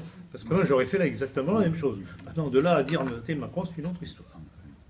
Oui, madame? Oui. Moi j'ai deux remarques à faire. J'ai rencontré une dame... Parlez plus fort vous aussi. J'ai rencontré une dame sur un marché qui se présentait aux législatives. Elle est de la droite indépendante. Qu'est-ce que c'est que ça? Elle est liée à Fromentin, le maire de Neuilly, qui était au Trocadéro. Oui. Et elle m'a dit, le coup vient de l'intérieur du parti. Mais c'est évident. Mais c'est ce que je viens de dire. Ils n'ont pas accepté la primaire. Mais c'est évident. Voilà. Et alors là, une chose que dit. j'ai dite lors de l'entretien ce matin, j'avais fait une remarque après le Trocadéro, quand j'avais vu que toute la bande des François Barouin, Xavier Bertrand, la douce NKM, Pécresse et compagnie, s'étaient réagglutinés derrière lui. Et j'avais dit, mais est-ce qu'il n'aurait pas intérêt à lui mettre à la porte en disant, vous n'avez pas voulu de moi, vous avez voulu me mettre à la porte, eh bien moi je vous mets à la porte. Alors, il aurait peut-être perdu quelques voix, mais il en aurait gagné beaucoup plus sur sa droite. Et là encore, question tempérament. Je pense que la région dont il est natif explique en partie son caractère. Tout le monde n'est pas neurochirurgien. Et ne me dit pas le bistouri avec un plaisir évident. Et deuxième remarque, je voulais parler du canard enchaîné. Oui. Parce que j'ai fait des petites recherches sur Internet et j'ai remarqué que dans l'affaire Bérégovoy, c'est eux aussi qui avaient lancé la salle. Et ils utilisent les mêmes mots que dans les articles sur Fillon. C'est les mêmes en-têtes. Ah, c'est curieux ça. Et c'est les mêmes en-têtes, le même intéressant, ça. vocabulaire un peu. Pourriez me faire un truc là-dessus? Ah oui, c'est intéressant. Ouais. Pareil, le prêt de Pella qui lui empoisonne la vie. Ah non, mais ce Les serait mêmes très mots. intéressant de faire un Et alors, comparaison, un peu plus loin, comparaison de texte. Et un peu plus loin, dans l'affaire Boulin, c'est eux aussi qui lancent l'affaire du prêt immobilier, je sais pas, non, d'un terrain. Pareil, donc Oui. pour vraiment abattre un homme, Ah, bah, t'es le canard enchaîné est souvent, et les Français ils croient que c'est un organe de subversion. Non mais voilà, on lit le C'est un canard organe enchaîné, du système. et en fait c'est Un un organe organe du du système. système, et on lâche, et c'est vraiment, voilà. Vous me promettez? Vous me faites un texte Voilà, là-dessus? je vais essayer. Promets juré? D'accord, je vais essayer. D'accord? Vous avez les coordonnées? Oui, je vous D'accord. l'amènerai, oui. Bon. Mais j'ai vu, voilà. Oui, D'accord. Non, très intéressant. Très, très intéressant. oui, je voudrais revenir sur les référendums dont vous avez fait état. En 58, Rivarol avait demandé la voter non. En 58. Un non. Oh, Jeune Nation avait demandé à voter non. Sidos. Oui, bon, ça, je sais. Bon, Sidos était à la remorque à l'époque de mon père et de Coston. Et en 61, en revanche, Sidos, Rivarol et Le Pen avaient demandé à voter non. Ça, je m'en souviens très bien. Et le résultat, ça n'a pas été 98%, mais moins que ça. Mais pas mal quand même, 70, 75%. Non, mais ça, ce sont les chiffres, évidemment, des votants. Des votants, par attention. rapport au suffrage exprimé, ça a fait 75. Écoutez, les 80. chiffres, moi, justement, pour ne pas m'aventurer comme ça, je suis allé sur Internet. Ah bon. Alors, troisièmement, la loi concernant les prêts, enfin, les emprunts auprès des banques, c'est la loi de 73. Elle Oui, de Pompidou. oui, oui. Et Giscard était ministre. Mais bien sûr, Oui, mais il n'était pas président. mais bien sûr que Ah non. c'est ça. Oui, alors, Mais bien sûr que non, c'était Giscard. Janvier 73. Ah, c'est ce qu'on appelle la loi scélérate de janvier C'est 73, ça, ça a qu'on mis appelle l'État- aussi loi Rothschild de Giscard. Exactement, et ça a mis l'État à la... Mais bien entendu. Et ça a été étendu ensuite aux banques étrangères. Mais bien C'est entendu. catastrophique, voilà. Alors je signale, in fine, que dans le 18e et dans Paris, ce qui m'a marqué entre autres, c'est l'absence d'affiches, de propagandistes, etc., du Front National. Rien. Quasiment rien. Alors qu'Asselineau... Je confirme. comment il s'appelait Mélenchon, des petites affiches partout, j'en ai arraché les quantités. Mais enfin, Et Asselineau. Asselineau Et aussi. Asselineau, mais c'était invraisemblable. Mais à Paris, zéro. Pas une affiche, rien. Bon, je sais bien que le patron, c'est juste un imbécile, mais quand même, tout de même, ça... Non, il y a un problème là. Il y a un J'ai problème, l'impression que ça exactement. devient une coquille vide. Oui. Mais il faut dire que c'est pas des lumières, hein, les dirigeants. Ah non, ça me confuse. Ah non, Marine, elle n'a pas inventé l'eau tienne. Non, mais il faut ça. dire une chose, c'est que bon, vous avez connu, puisque vous en avez été comme moi, Oui, oui, bien sûr. Horesco Referens. C'est que d'épuration interne en épuration interne, Oui. ils n'ont plus que les crétins. Exactement. Ils enlèvent Ah bah le- oui. Comme on enlève le sang. Exact. Les crétins et les arrivistes, c'est tout. Au Parti communiste, c'était un peu la même chose d'ailleurs. Oui, tout à fait. Total, Tout à fait. Mais alors, moi, il y a une chose qui me scie d'ailleurs toujours, c'est le. Et ça, j'en ai eu confirmation par différents correspondants à travers la France, le nombre d'affiches, et pas des petites, de Asselineau. Ah oui.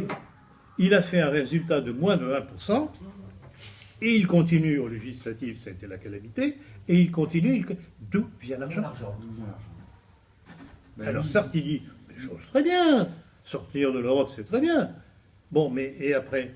Et puis surtout, ces références politiques, ça ne colle pas. Parce que ces références politiques sont les responsables de ceux qui ont amené à la situation qu'ils prétendent défendre. Voilà. Il y a un problème quand même. Comment voyez-vous l'avenir du Front National? Comment quoi? L'avenir du Front National? Pas très brillant. Ouais, Alors, je serais tenté de dire que ça va aller en s'effilochant, oui, derrière le boudin. de scission en scission, parce que, bon, que va-t-il se passer si la bande Alliot, Collard et Nicolas B arrive à avoir la peau de Florian Philippot, que va faire Florian Philippot? Oui. Je ne sais pas exactement quelle est son implantation réelle au sein du Front. Mais ça a posé un problème, ça, c'est certain. Je vous signale que Nicolas B, à Rony, un lieu que nous avons fréquenté, j'ai la date exacte, il a tenu des propos prévisionnistes et antisémites. Oui, mais alors c'est curieux parce qu'à certains moments, on a l'impression qu'il y a des gens qui disent la chose et puis ils virent de bord. C'est pas très du ressenti. Moi, j'ai entendu tenir des propos que si j'avais enregistré, il est cool. Oui, mais alors c'est le même type qui va aller faire la pub de Marine Le Pen en Israël. Un petit problème quand même. Ouais. Moi, ce qui me dérange toujours, c'est le manque de cohérence. Quand je trouve qu'il y a un manque de cohérence, je me dis il y a un problème. Ça colle pas. Je me demande si la chance du Front National, je crois que c'était Maigret finalement. Non. Non. Moi, je l'aimais bien. Je ne dirais pas que Maigret est un pourri, c'est pas ça, mais Maigret c'était un bon démocrate libéral. Ceci dit, dans ses critiques contre Le Pen, et d'ailleurs c'est pour ça qu'à un moment donné, je suis allé voir ce qui se passait de son côté. Vous vous rappelez la lettre que j'ai citée qu'il m'avait envoyée à un moment donné, Oui, qui a été publiée dans Le Monde même. Il y a la grande fureur de Maigret qui ne s'attendait pas à ce que j'arrive à faire publier indirectement la lettre par Le Monde. Non. La grande chance, c'était Duprat. Non. Non. Bien, McFly. Non, mais bon, Duprat, moi je veux bien, mais enfin, tout ça c'est de l'activisme. Non, tout ce que l'on peut faire de constructif aujourd'hui, je regrette beaucoup, c'est ce que j'estime devoir faire, rappeler l'histoire, dénoncer les mensonges, former des intelligences. Ça, en principe, ça ne sera jamais perdu. Mais se vouer à un homme ou une femme, à part moi, bien entendu, n'y croyez tout de même pas, je ne suis pas encore complètement fêlé. Non. Pour Monseigneur. Le culte de la personnalité, ça c'est terriblement dangereux. Qui Alors, connaissait Napoléon le 21 janvier 1793 Hein? Qui connaissait Napoléon Ben oui, évidemment. Mais bien, et qui connaissait Poutine? Ah oui. Et qui connaissait Poutine? C'est ça. Hitler en Donc c'est pour ça. Vous ne pouvez avoir une plante qui se développe que s'il y a un terreau. Ouais. Si vous ne mettez pas le terreau, enfin la terre en condition, ben, il n'y a rien qui poussera. Donc c'est à nous de faire le terreau. Et ça sortira un jour. Moi, je compte sur les élections allemandes en partie en septembre, en 25 septembre 24 2017, avec l'entrée de l'AfD. Écoutez, je vais raconter une petite histoire. J'ai été contacté, c'était un peu avant ma conférence à Lyon, donc ça remonte à 3 mois facilement, 3-4 mois maintenant, par une journaliste suisse-allemande qui voulait m'interviewer après la conférence pour un journal, je ne me rappelle plus du bonhomme, qui est très proche justement de Alternative for Deutschland. Alors, je m'y prête. Elle m'avait tout de même mis un petit peu en garde de ne pas être trop dur. J'ai essayé de ne pas être trop dur, mais enfin, chasser le naturel, il revient au galop. Et ceci dit, bon, et même Diane, qui était là, puis c'est elle qui avait enregistré le truc, m'a dit, mais Philippe, vous avez été vraiment que je ne reconnaissais pas. C'était pas franchement un compliment. Bon, donc, l'enregistrement est fait. Cette journaliste m'envoie le texte, traduit du français, non, retraduit de l'allemand, puisqu'elle avait traduit pour elle, pour le magazine allemand. Retraduit en français, ça faisait un peu bizarre. J'apporte quelques modifications. Je les lui envoie. Elle me dit, oh là là, ça va jamais passer, ça. Et effectivement, c'est jamais passé. Donc, ils frissonnent. Les Allemands, au moindre petit vent, ils frissonnent. Ils frissonnent. Oui, mais il suffira. Alors, j'y crois pas. Moi, je veux bien la divine surprise. Je veux bien, mais j'y crois pas. Vous savez, la France en 1789 vivait dans la terreur. C'était effrayant. Je sais. Est-ce qu'on pouvait guillotiner quelqu'un parce qu'il était non seulement suspect, mais suspect d'être suspect? On voulait même installer la guillotine dans le tribunal révolutionnaire. Mais je sais, En 36 je heures, le sais, système mais est je tombé. sais. Mais c'est pour ça que le même Robespierre est passé à la casserole. Oui. Et on a appliqué les lois du Prairial. Hmm. Donc, il a pas Mais, eu- et alors, c'est ça qui est amusant dans l'histoire, c'est que ce crétin de Philippe Égalité est passé lui aussi à la casserole, alors qu'il a été l'initiateur du mouvement. Mais alors, c'est pour ça que quand je vois des gens de nos milieux, dont un certain William Abauzit, qui fait la publicité de Robespierre, je me dis, mais il y a un petit problème là. Il se dit monarchiste, pour putain, parce qu'évidemment, dans nos milieux, il suffit que quelqu'un, premier inconnu qui arrive dans le secteur et qui fait un texte à la faveur de Pétain, il est tout de suite admis. On ne cherche pas plus loin. Un peu court. Et puis, il y a quand même un certain nombre, je vous l'ai dit en tête à tête, là, le Civitas, qui veut supprimer la loi sur le mariage pour tous, bon, on peut, mais démarier les mariés. Mais c'est de la folie sur le plan juridique. Je vous l'ai expliqué, comment a-t-on pu laisser passer une ânerie pareille? Juridiquement, ça fait rigoler tout le monde. Apparemment, ils n'ont pas de bon avocat. Ben non, ben non. Non, vous comprenez, c'est très joli de rêver, c'est cette espèce de microscope qui rêve. Et puis- Microscope, exactement, microcosme. Exactement, ils vivent dans leur petit circuit. Alors, vous savez très bien que dans nos milieux, moi je ne regarde pas la télévision. Ah oui. J'ai pas Internet. Mais comment veulent-ils être tenus au courant de ce que prépare l'ennemi? Il faut connaître l'ennemi. C'est la base de toute contre-offensive. Bon, service de renseignement, service d'espionnage. Voilà. On l'avait Alors, fait en 70. alors, ils vivent, et alors en plus de ça, ils vivent sur ce qu'ils entendent revenir de gens qui, eux, ont plus ou moins regardé la télévision et qui ont cru comprendre certaines choses. Et dans une certaine campagne, dans nos milieux contre François Fillon, il y a eu beaucoup de ça. Dans ce que certains m'ont écrit, ah oui, mais quand même, François Fillon, c'est ça. Mais ils l'ont su d'où? Ils l'ont su d'où? Ils l'ont su par transmission de transmission de transmission sur des choses qu'ils avaient plus ou moins compris, entendues à la télévision. C'est hallucinant, la bêtise de nos milieux, je reviens toujours là-dessus, et je ne suis pas prêt de les lâcher. Moi, j'ai entendu ces trucs à Saint-Nicolas. Effrayant. Non, Saint-Nicolas, ils ont réussi à débarquer un des rares abbés qui a encore osé faire des conférences sur la maçonnerie, l'abbé de la Roque, Ah et oui. hop. Un qui était bien, c'était l'abbé Beauvais. Il a été... Oui, mais l'abbé Beauvais, là encore, écoutez, il s'est défoulé, je dirais bêtement. Parler de Banania, à quoi ça sert? Il s'est fait plaisir. Je regrette beaucoup, en politique, il ne faut pas se faire plaisir, il faut être efficace. Ce n'est pas la même chose.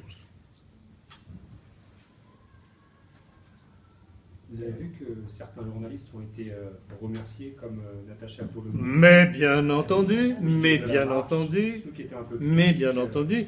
Alors, Natacha Polony, je le comprends parce qu'elle était pas mal, incontestablement, et surprenante. ouais.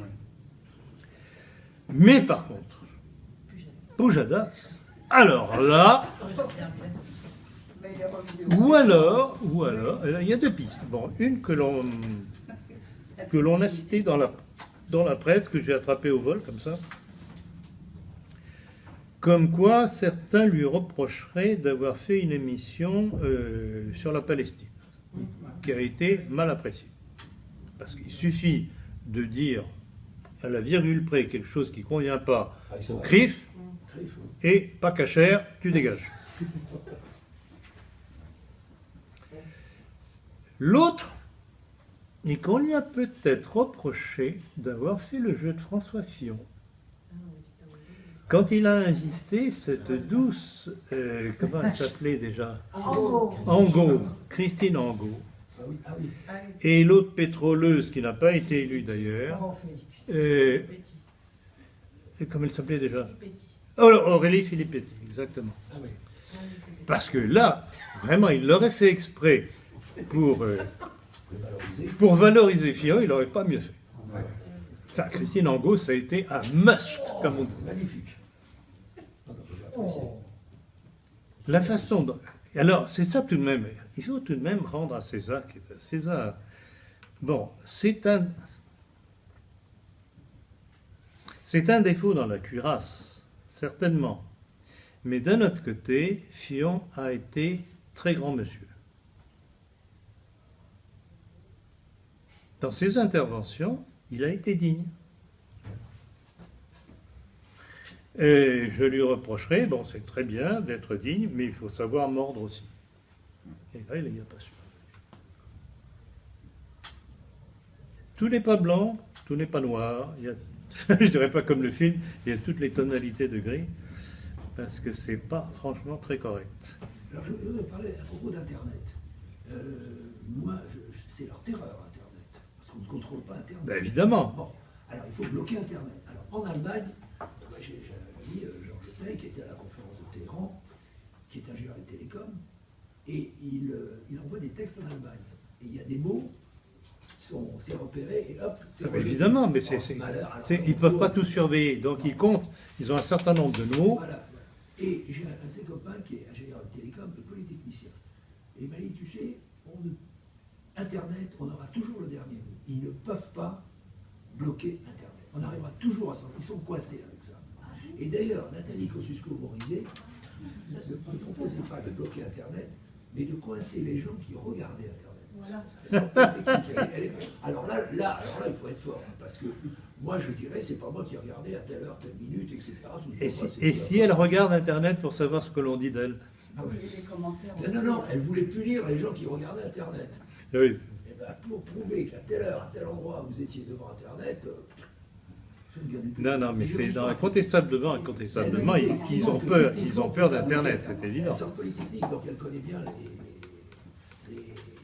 Et là, je crois que c'est notre planche de salut, on les aura comme ça. Inch'Allah. 200 personnes.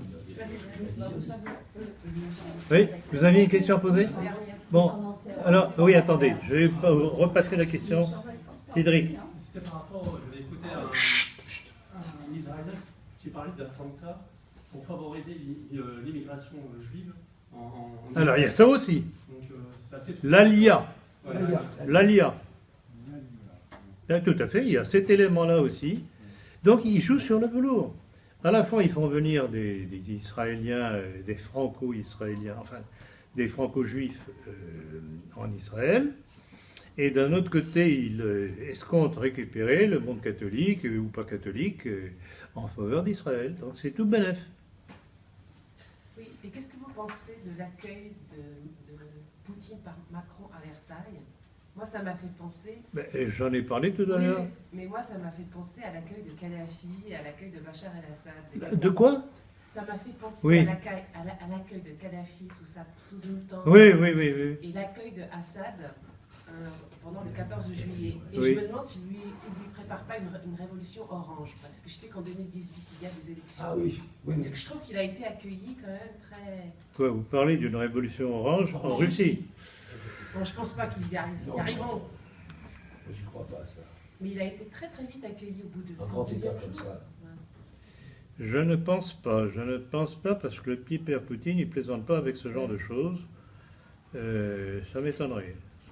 Ou alors il faudrait passer par un assassinat de Poutine lui-même. Mais 2018, c'est la Coupe du Monde de football en Russie. Oui, Donc, à surveiller... bien entendu. Et Macron a un discours plus modéré, là, j'ai vu récemment. Et... Ça ne veut rien dire, oui, mais Oui, ça ne veut rien dire. Hein. J'ai remarqué aussi. Ça veut rien dire. Bachar el-Assad aussi. Et voilà. Ça veut rien dire C'est du tout. modéré, oui. D'autant que dans le même temps, on entend parler de préparation de l'armée française pour une intervention en Syrie. Alors il faudrait savoir quand est-ce qu'on parle vrai ou quand est-ce qu'on parle faux. Non, c'est double visage.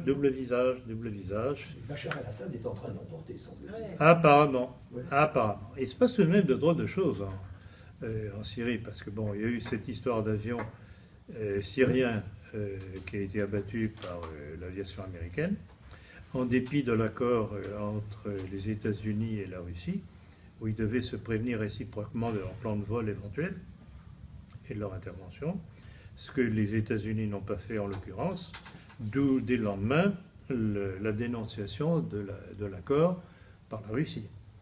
Donc le prochain avion qui se présente, je ne sais pas ce qui va se passer.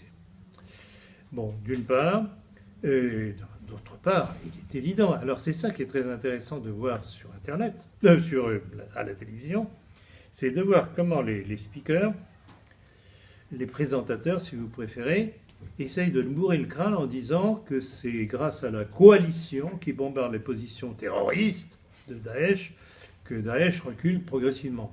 Alors que ce sont les Syriens et les Russes qui font le travail. Et les Américains qui essayent de les freiner par tous les moyens. Donc c'est vraiment, on est dans le mensonge permanent. Et rappelez-vous, que je le répète encore une fois, une des premières choses que vous devez vous acharner à faire dans votre entourage, apprendre à douter de l'information. On vous ment, on vous ment, on vous ment, et pourquoi vous mentons? Dans quel but? Et puis après, vous développez. Mais de grâce, bon, je suis croyant, pratiquant, tradit, tout ce que vous voudrez, mais je ne vais pas essayer d'aborder les gens en leur parlant du Christ roi. Il faut leur parler des problèmes qu'ils rencontrent tous les jours sur le terrain.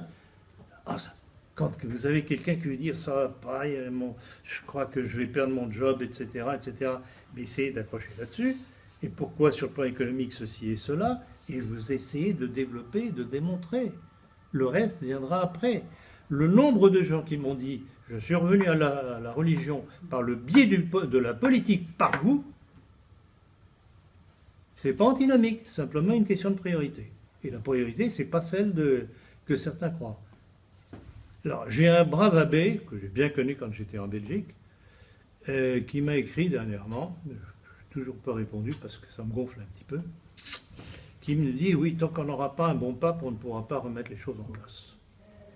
Je regrette beaucoup. Le problème de l'Église, ce n'est pas un problème religieux, c'est un problème politique.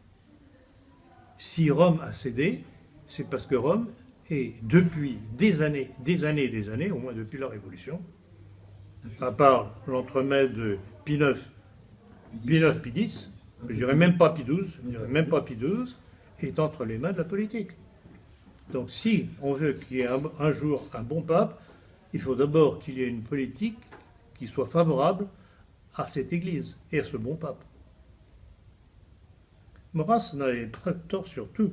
Vous savez très bien que je tombe sur le dos à cause du